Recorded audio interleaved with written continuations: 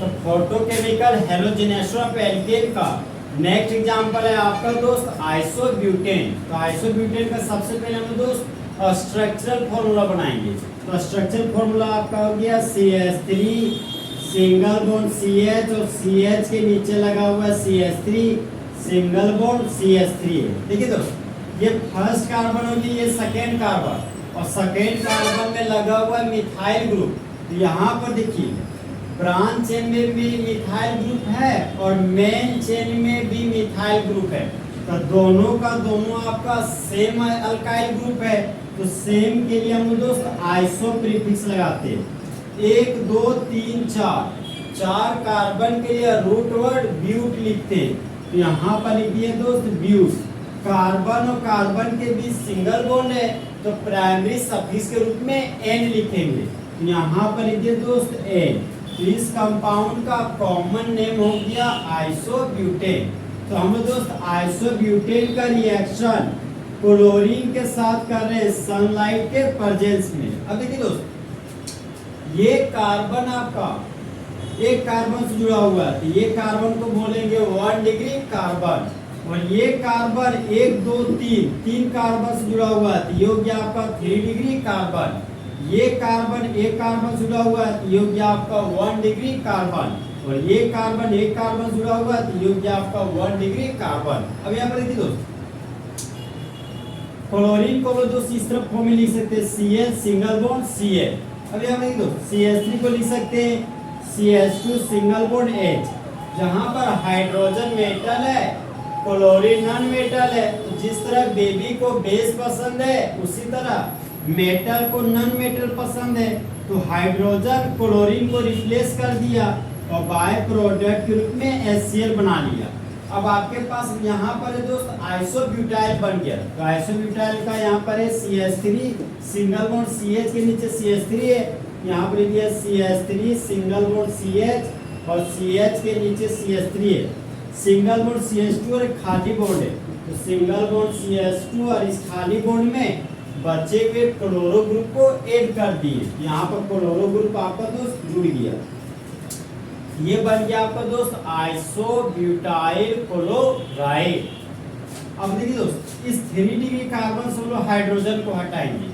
तो मानिए 3 degree carbon के पास हाइड्रोजन है, तो हाइड्रोजन आपका मेटल है, क्लोरीन नॉन मेटल है। तो मेटल को नॉन मेटल पसंद है, तो बाय प्रोडक्ट के रूप में HCl बन गया। यहाँ पर CH3 है दोस्त, यहाँ पर लिखिए CH3। अब देखिए दोस्त, CH3 सिंगल बॉन्ड कार्बन है, इस कार्बन पर 3 CH3 जुड़ा हुआ है। तो इस कार्बन को दोस्त एक CH3, ये हो गया आपका दूसरा CH3 और ये हो गया आपका तीसरा CH3, और इस खाली बॉन्ड में जोड़ दिए क्लोरो ग्रुप को। तो यहाँ पर जुड़ गया आपका क्लोरो ग्रुप, ये बन गया आपका टर्सरी ब्यूटाइल क्लोराइड। अब देखिए दोस्त, यहाँ पर CH था तो CH लगा दिए। अब देखिए दोस्त, ये दोनों आपका सेम ग्रुप है, तो सेम ग्रुप होने की वजह से आप हाइड्रोजन को इस 1 डिग्री कार्बन से रिप्लेस कीजिए, चाहे हाइड्रोजन को इस 1 डिग्री कार्बन से रिप्लेस कीजिए, बनने वाला दोनों प्रोडक्ट आपका हमेशा सेम होगा।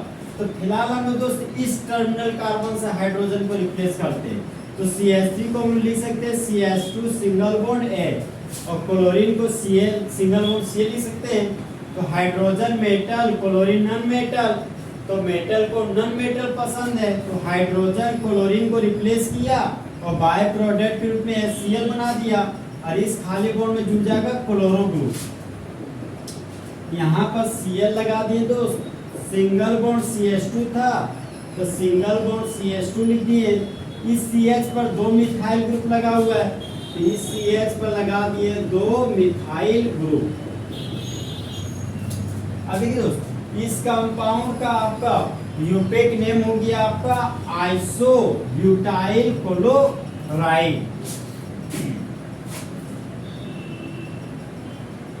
अब यहाँ पर देखिए दोस्त, यहाँ पे ये भी आइसोब्यूटाइल क्लोराइड, ये भी आइसोब्यूटाइल क्लोराइड। से ये हमको पता चल रहा है कि ये जो कार्बन है, इस कार्बन पर जो तीनों मिथाइल ग्रुप लगा हुआ है, 3 मिथाइलो ग्रुप से बनने वाला प्रोडक्ट आपका हमेशा सेम होगा। यहाँ से ये प्रोडक्ट आपका सेम हो गया, तो इसको हटा दिए। अब देखिए दोस्तों इस रिएक्शन को पढ़ेंगे कैसे।